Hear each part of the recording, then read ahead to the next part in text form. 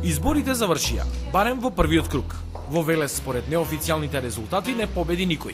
Ке има втор круг. Но оваа приказна не е за изборите ниту за кандидатите, туку за велешките бистри глави кои воочи изборите измислија план како од градот да направат атракција. Ова е Кире Кочов, председател на се уште нерегистрираното Сдружение за поубав град, идејниот творец на футуристичкиот план за Велес. Се работи за една идеја која ни дојде така од почетокот анхок, а подоцна која малку повеќе разговаравме и малку и пореална. Реална или не, пресудете сами. Но Кочов и пријателите планираат по 15 години градот да изгледа вака.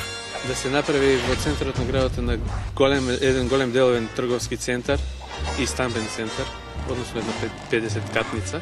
Не треба голема инвестиција за да се среди железниот мост, значи се работи за едно фарбање кое не е направено од кога е направен, а тоа фарбање е да биде со црвена и со жолта боја, символите на нашето знаме, на нашата држава.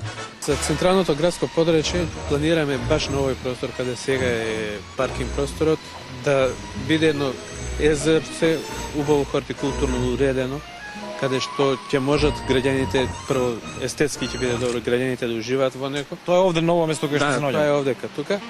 А кажи ми, ќе има ли риби во езерцето? Рибари ќе има ли? Велес е познат по рибарството.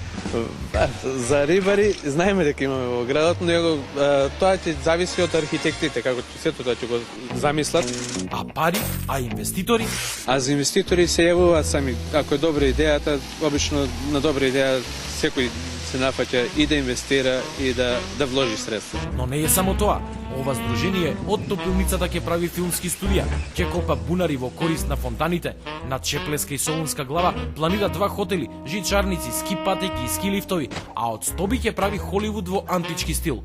Без идејноста на градските татковци во изминатите 60 години ги натерала да размислуваат вака. Не можеме да бидеме индиферентни на пасивноста која ни се случува во градот и од таа причина најмногу решивме да се активираме како обични граѓани.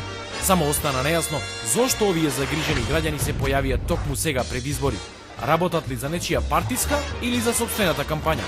Кој знае, но сакам да ви го кажам уште ова. Може? Може.